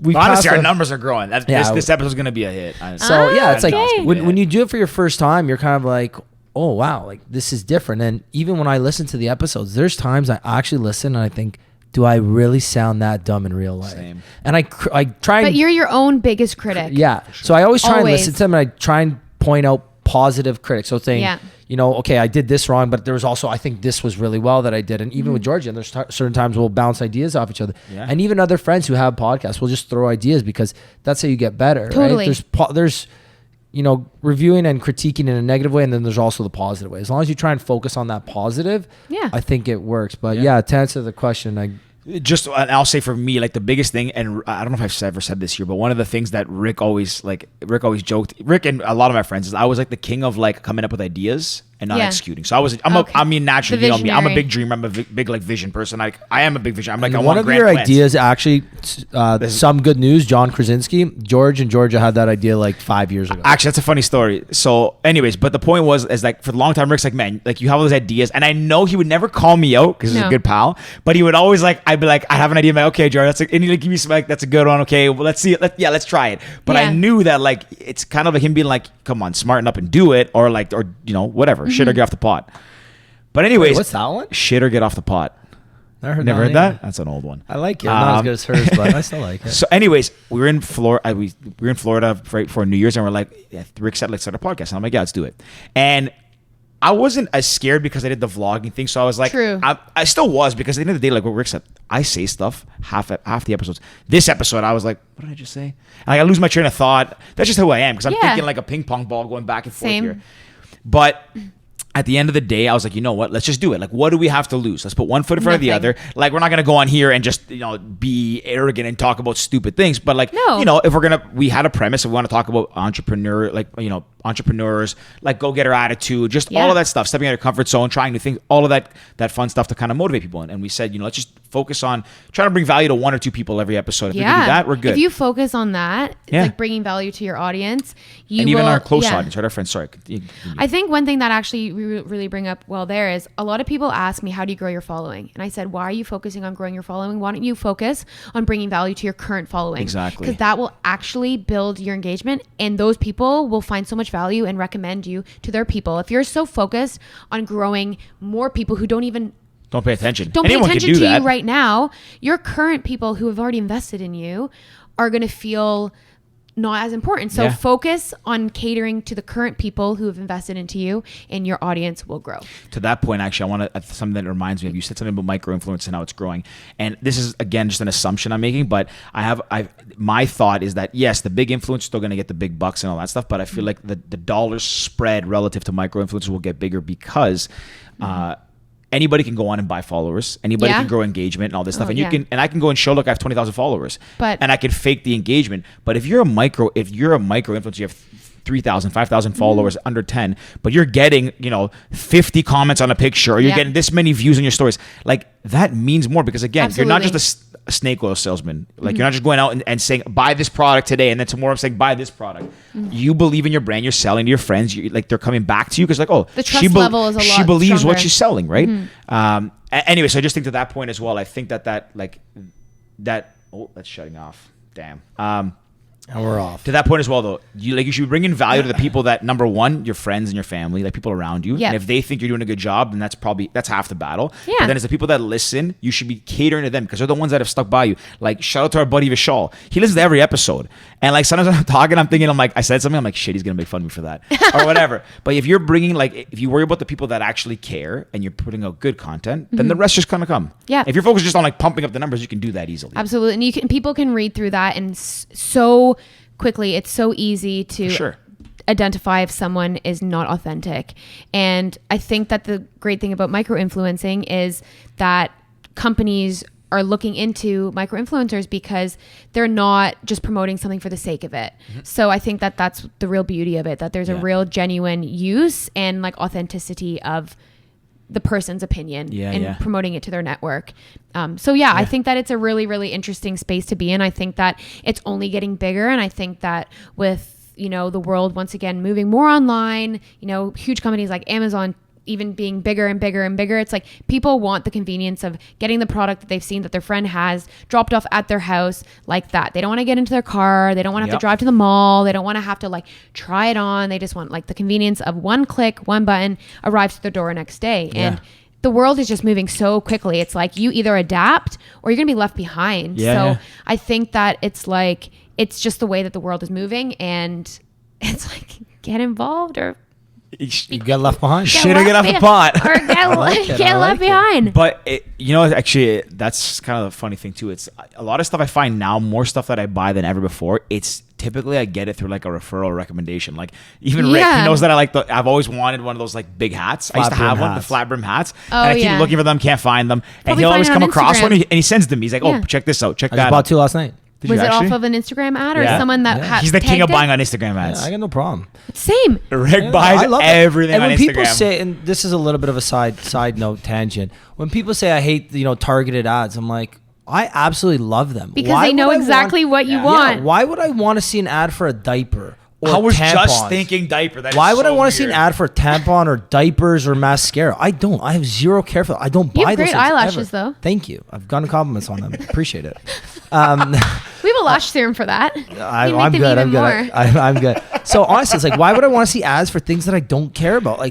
You know what? I search something and I see a million ads for it. That's fine. I might not want to buy it, but I can always just press don't want to see this ad, and I won't see an ad like that ever again. Because I used to see a lot of ads for. What was I searching a little while ago? TVs, Black Friday. So I was searching TVs. I bought my TV. Toshiba's, Samsung's I was everywhere. so happy with it. And then for the next 2 to 3 weeks, I kept seeing the ads on Instagram, Snapchat, everywhere. And I know it's because my Google Gmail account's connected to my phone and they're hacking me or whatever. The cookies are tracking you. I don't care. I literally want to Snapchat, don't want to see this ad anymore. I see it too often. One on Instagram, don't want to see this, not relevant anymore. And boom, I don't see TV ads anymore. Yeah. You know something weird on that point. So You see diaper ads? No. No. Over the weekend, when we were up north, we kept playing this one song on repeat. What was it? Shouse, Love Tonight. Sorry, and anybody listening, sorry to cut you off, Go Georgie. ahead. If anybody's listening and you know how to find them on Instagram or Facebook, I found their Facebook page. I can't find their Instagram. It's two dudes from, I think, Australia, actually. They're sick. I can't find them on Instagram. So if you know them, Shouse. Shout out to Shouse, Love Tonight. Tonight. It's the song. It's actually came out 2 years ago. Yeah, but so it's trying to a find them so I can banger. get them on the podcast. So if you know anything about them, let me know, because they have like 1,000 fans on Facebook. I'm like, we can definitely get them on the podcast. Yeah. But the weirdest thing, so I get home on like Tuesday whenever I got back, and I go to put on YouTube. So YouTube's the thing I'll watch like aimlessly, most like fitness stuff or running or whatever. Yeah. I put it on. What's the first recommendation? Diapers. Shouse. Love Oh. Tonight. And I was like, how? I'm like, I've been in the It's city. I haven't nuts. opened my YouTube. So I must have heard it through my phone. I was like, this is bizarre. Because I hadn't opened YouTube all weekend. That song, mind you, was playing like 200 times Yeah. on repeat. It's that good. But I thought that was so weird. So like to me, to the point, yes, I like targeted ads because like I want to buy what I want to buy. Like I don't want to Yeah. if I like I'll search for it, but it just makes it easier. But like to me, that's kind of crazy. Like Yeah, that song was just there, like that. It like obviously you've been listening to what I've been playing, and it's like that's kind of freaky, little nuts. bit Love crazy. It. Love it. Yeah. Sometimes they tell me things I don't even know I need to buy, and I'm like, that's great. If I see an ad for toilet paper, it's like, fuck, maybe I am out of toilet paper. That's a weird one. Gotta stock up. Yeah, you never know.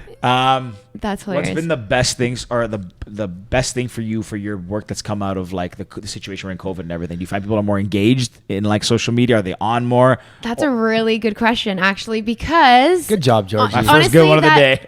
That was really good, and that wasn't even planned. But honestly, I think that when Sorry, none of our other questions were planned, just for the record. No, absolutely I'm still not. looking at the camera like it's on, but it's not even on anymore.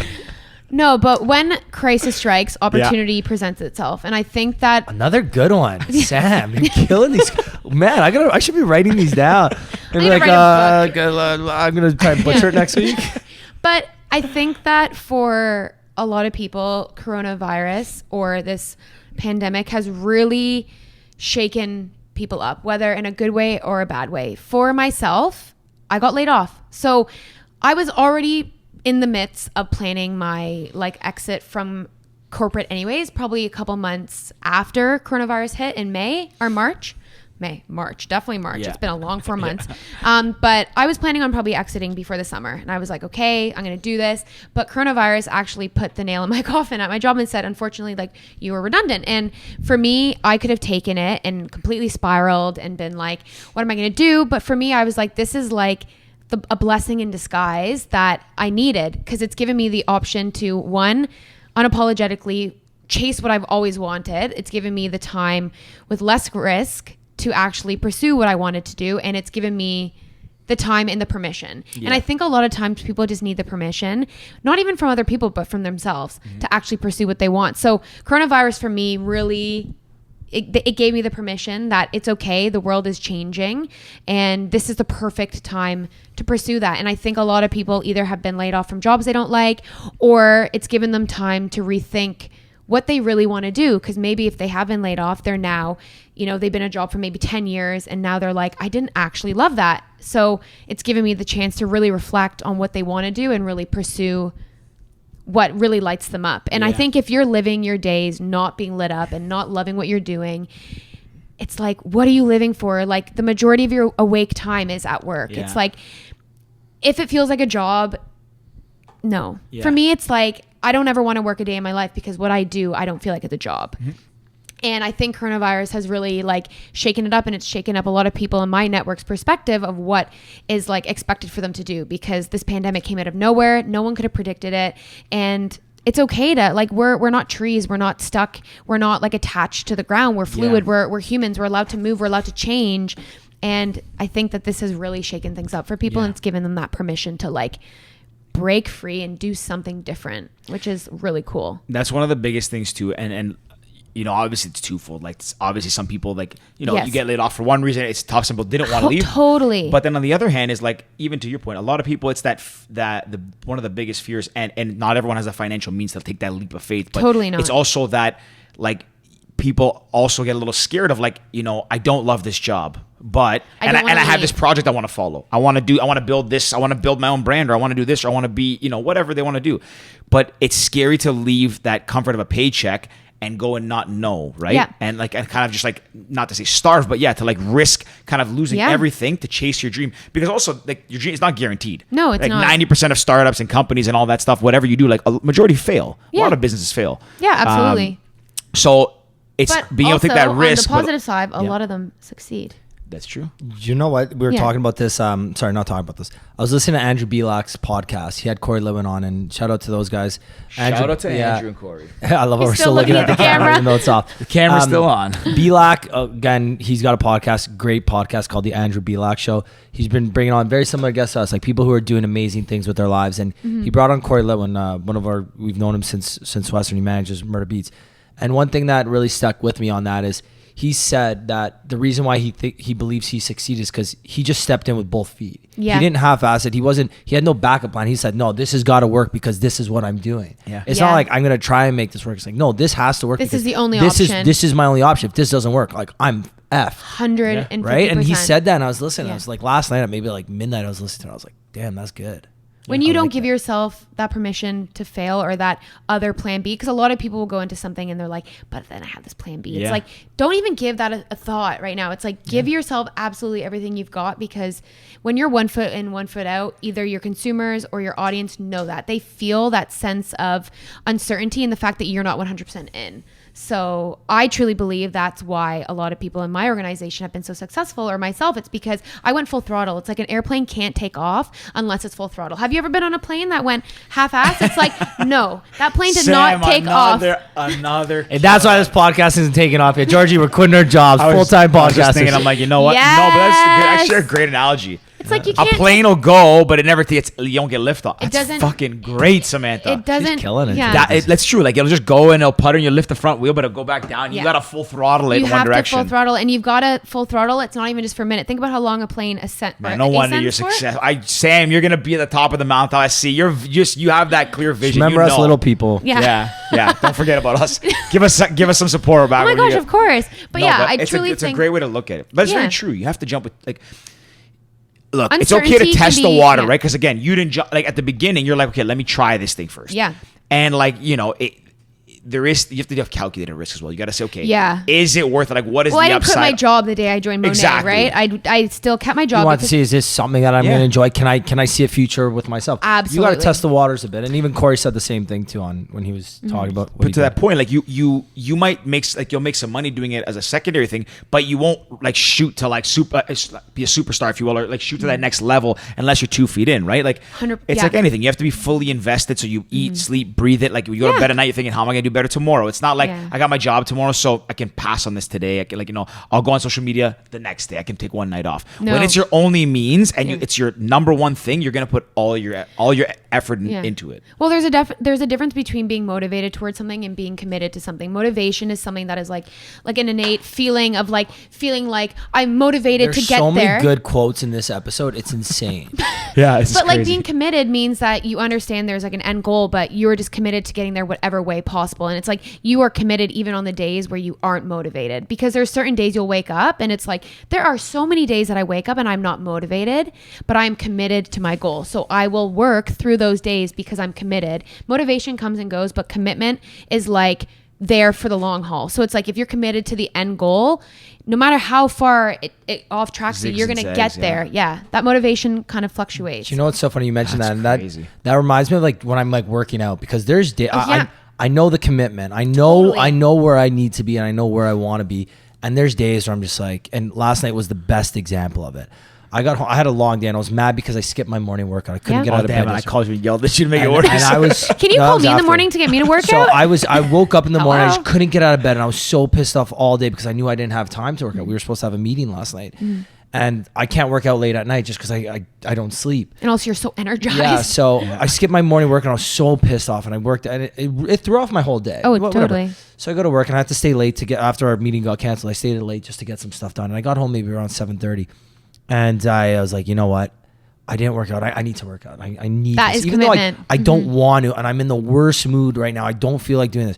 So I took my pre-workout. I knew I'd taken my pre-workout. I wasn't going to sleep. I'm like, F it. I'm going in. I'm not going to sleep tonight, but I need this workout. Because Yeah. you know what? Today is more important than tomorrow. So I'm not going to worry about tomorrow's I'll deal with tomorrow's problems tomorrow. Today's problems are I didn't work out today. It's a Thursday. There's like, I can't not work out on a Monday to Friday. It's like it has to. So I took a full scoop, a rounded scoop of pre-workout. Shout out and Universal again. Shout out. So I took my pre-workout. And I got down there. I'm like, I still didn't want it. And for some reason, it didn't kick in right away. And I'm like, shit. You know what? Let me get on the elliptical. And I haven't done the elliptical. I think I saw that Instagram story. Yeah. So I got on the elliptical. I started going. I'm 5 minutes in, not feeling good. 10 minutes in, not feeling good. Okay, 20 minutes in, I got the same song on repeat. Love Tonight, Shells. And I'm going. At this point, I'm like, okay, I got a sweat going. I'm like feeling good. I'm like, boom. I end up pumping out like 60 minutes on this elliptical. I end up doing another 35, 40 minute like weight training. I ended up burning 600-700 calories in that workout. I had a killer workout. But Felt that so wasn't good motivation after. that brought I you wasn't there. motivated. It was my commitment to knowing that I need to work out during weekdays. I have to. It's ingrained in me. And then again, I didn't sleep last night, but I woke up early and I was just in my head I was thinking, Feeling so much you know more what? I had clear. that sick workout yesterday. I can't let it go to waste. I need to work out again. Even though I felt so crappy when I woke up. Got downstairs, another thick rounded scoop of pre-workout. The hand motions are incredible. And again, shout out Animal Stack. Hands down my favorite supplement. It's by Universal, Animal Stack. It's 21 days. There's maybe about 8 pills. It's basically the best supplement you can take if you want to get jacked. So if you just want to get jacked, you can just take it. And still got to work out. Still got to work out because I'm taking it and I ain't jacked. Still got to work out. But yeah, I love that. I think it's so true. And a lot of people are like, are you motivated to do it? And I'm like, I am motivated, but I balance my motivation with my commitment. And the fact that I'm not attached to the goal, I'm committed to the goal. Because when you're attached, there's only one way to get there. Whereas when you're committed to the goal, no matter how you get there. Yeah. And it's pushing through the hard days are the days that are the reason why you will be successful. Because it's like everyone has bad days, but it's like those who work through those days are the ones that eventually level up and they rise. Yeah. So I think the thing is too, this again, just maybe wow, we're at 80 minutes. I didn't even realize that. is this the point you said that people tend to Yeah, veer nah, off? they're definitely still listening. Yeah, I think they're still listening, but this is technically that point. Yeah, well, we kind of wrap around this point, but I want to add one thing too. I think that, like the point we had earlier about putting one foot in front of the other and just moving in the right direction. Yeah. Because when you're committed, if you're doing something, motivation like it fluctuates. And even to your point, like you weren't committed, but once you get going, it's like once if you can't get out of bed in the morning, getting up is hard for a lot of people. I'm not a good. Sorry, I can be a morning person, but getting out of the bed's the hard part. But once I'm up and like I'm ready to go, I'm good. Like I have my energy back. But it's that commitment to doing something. So even like this podcast, going back to how you asked us, there's days at the beginning, especially me, I was like, we had something booked, and I'm like, you know what? Let's put it off. Like let's move it by a couple of days. What's the big deal? Should we tell the Crash Adams story? So Crash Adams, which is now our biggest episode we've had Until now. Until this one. Not maybe, for sure. It literally shattered our records, and shout out to them. They're solid dudes. Crash and Adams. I almost said their real names for a second. But yeah, that was one episode where Georgie kind of was just like wasn't up to it, and he had we were outside the day before in the sun, so he's like maybe I had heat.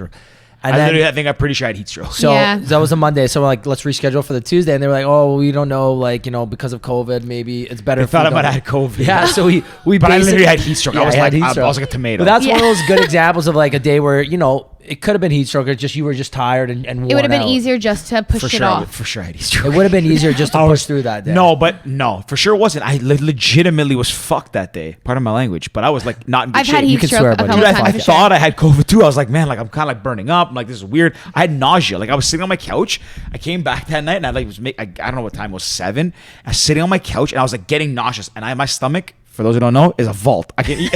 Nothing makes me sick. Steel. Nothing. I got food poisoning once in my vault. life. Georgie, I love when you roast yourself. I got food poisoning once in my life. So I was like nauseous and I'm like, okay, that's definitely something. Yeah, up. totally. But then I looked up symptoms, heat stroke, whatever.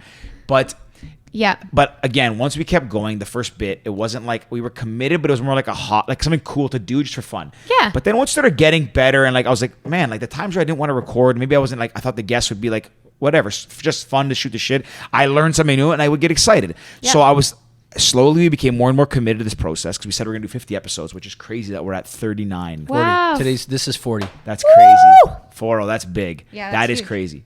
But we've gotten this far now, and now we're committed to this. Yeah. And I find that even the days that I don't want to, like even like some days I'm like, I'm tired, but like, I'm like, you know what? Fuck it. Like, well, let's get going. Once we sit here and start going, and you It's get like past we can't. you go. You're fired Yeah. up. Totally. So I think that like it goes motivation and commitment go hand in hand. Yeah. But I think that if you're not motivated, as long as you get that one foot in front of the other, Yeah. that motivation comes and that energy comes. Absolutely, totally, yeah. Yeah. And that's, I think, is a lot of just like to touch on like the whole network marketing thing, just because I think that it's a little bit misunderstood and a lot of people fail in network marketing, and that's why there is a little bit more of a bad rap about the style of business, because a lot of people who start quit.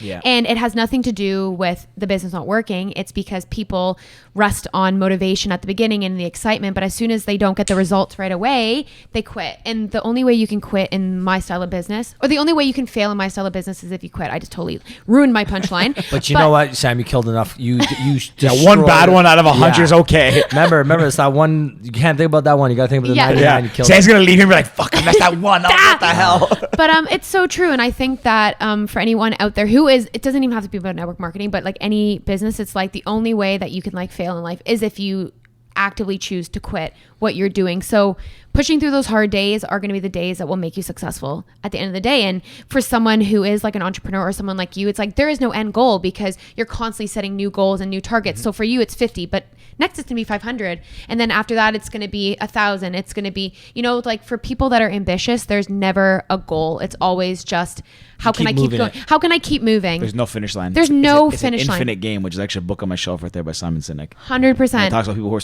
I think the premise is successful. They just keep chasing and you keep thinking about the future. You're not you hit that goal, but you're already looking past the next goal. Yeah, and at the end of the day, you're chasing growth, not goals. And I think a lot of people really focus on that goal because it's like we're taught in school, it's like SMART goals, and we're like so focused on like there's a target and you have to hit it. But life is all about growth. You're gonna if you focus on growth, your goals will happen. Yeah. But if you focus on goals, a lot of times your growth is stunted because you're only putting in enough effort to get to there. Where it's like you should surpass your goals. 100%. So yeah.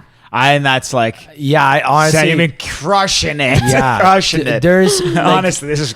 There's so many good key takeaways. While While you were talking, the longest we've gone. it's one of I was just thinking We could talk forever, but No, I was we're literally gonna just get thinking, a I'm beer like, after this. Yeah. So. if there's like I don't know which clip I'm gonna post on Instagram because there's so many good parts. I'm like even thinking I don't like posting ones from the end of It's the the episode. muscle one. It's but the there was a confidence good- muscle oh my one. God, so many good.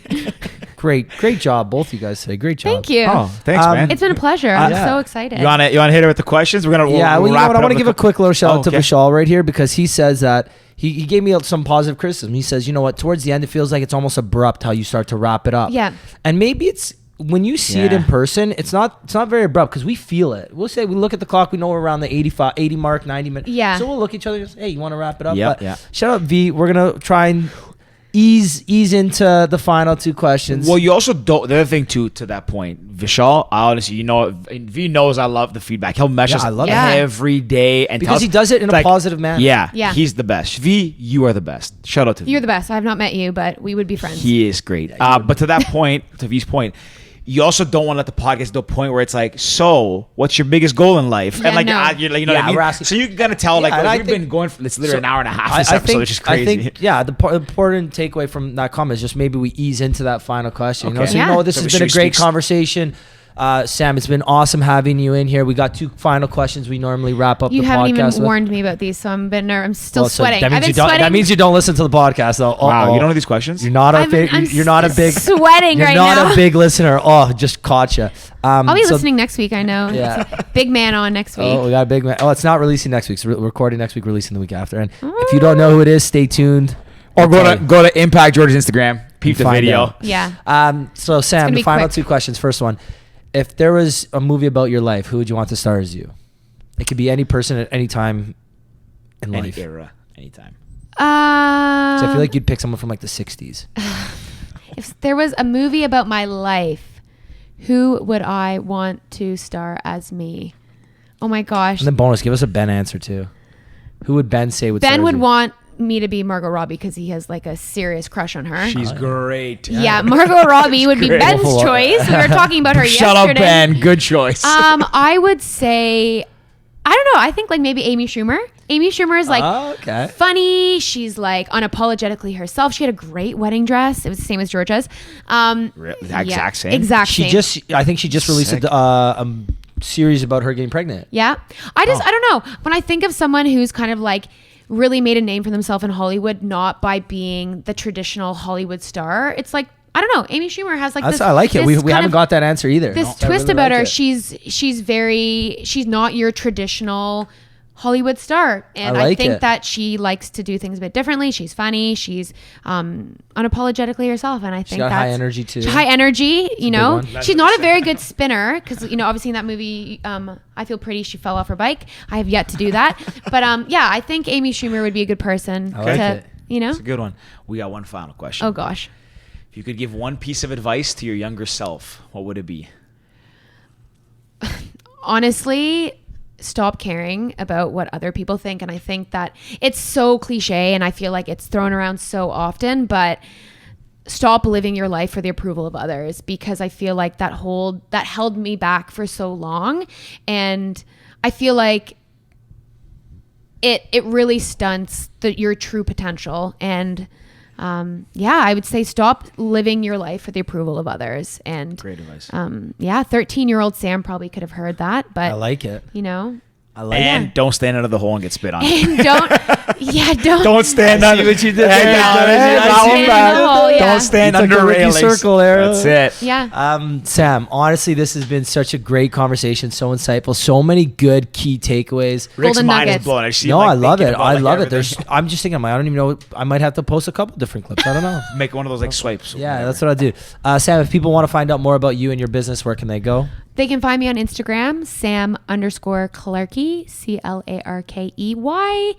Only one out there, Sparkly Clarkley. So there you go. Love it. Good one. Ta-da! Love it. And then, Or you can find me on the spin bike, hopefully soon at Six Cycle on Queen West, There you across go. from the Drake, when Stage 3 happens. So find me on the schedule. Okay. Love Guys, it. Send me get some song out there. requests. Get out there. Yeah, get we out might there. have to Can do they an DM song with what? we might have to do a live episode at Six Cycle one day. Oh my gosh, that'd be so fun. Go Let's in do there? one. We'll do a class. Do a class and then we interview do it all right the after. instructors. Oh my gosh, that'd be a blast. 100%. Yeah. I'm not a big spinner. You're I like great. it. I told my actually told don't my mind it. spin I class. got good beats. I can keep up, Yeah. but I like. Now I got spinning shoes hard. too, actually. So I guess I should be a decent cycler now. We'll set it up. Yeah. But Sam, again, great. Thanks so much for coming on. You were awesome. We'll share all your info in the bio. Yeah. Amazing. This episode will be coming out after the weekend. So, other than that, signing You off, guys are pals. the best. Yeah, That was thank you awesome. guys so much. All right. Guys, Cheers. Cheers. Cheers. Peace. You like